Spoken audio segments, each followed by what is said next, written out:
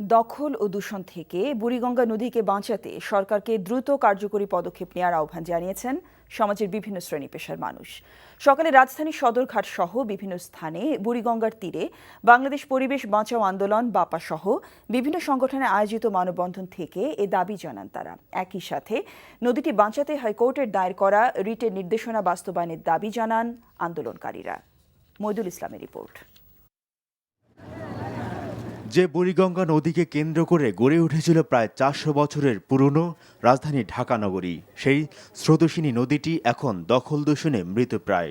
নদীর দুই তীরে প্রভাবশালীদের অবৈধ দখল আর বিভিন্ন ধরনের রাসায়নিক ট্যানারি ও হাসপাতাল বর্জ্যে অস্তিত্ব এখন হুমকির মুখে।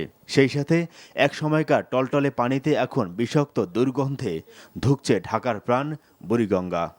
তাই নদী বাঁচানোর দীর্ঘদিনের আন্দোলনের ধারাবাহিকতায় সদরঘাটের এই মানববন্ধন। এই রাজধানীকে যদি আমরা বাঁচিয়ে রাখতে চাই, এই নগরকে, তাহলে বুড়িগঙ্গাকে বাঁচাতে হবে। আমাদের এই নদী বাঁচাও আন্দোলন, এটা আমাদের অস্তিত্ব রক্ষার আন্দোলন, আমাদের অর্থনীতির জন্য প্রয়োজন।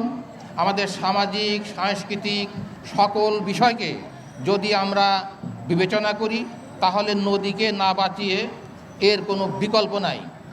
বুড়িগঙ্গা নদী বাঁচাতে সব ধরনের অবৈধ স্থাপনা উচ্ছেদ এবং দূষণমুক্ত করতে ২০০৯ সালে নির্দেশ দেয় উচ্চ আদালত। কিন্তু নানা জটিলতায় সেই নির্দেশনারও দৃশ্যমান বাস্তবায়ন খুব একটা দেখা যায় না বলে অভিযোগ করেন আন্দোলনকারীরা। হাইকোর্টের যে নির্দেশ, সেটি কি সাধারণ মানুষের জন্য প্রযোজ্য? সেটা তো ইমপ্লিমেন্ট করার জন্য সরকারকেই করতে হবে। নদীর যে দুরবস্থা, বুড়িগঙ্গার যে দুরবস্থা, সেখানে সরকার যদি কঠোর না হয়, এই ধরনের আন্দোলন শুধু ২০ বছর না ২০০ বছর করলেও কোনো কিছু হবে না।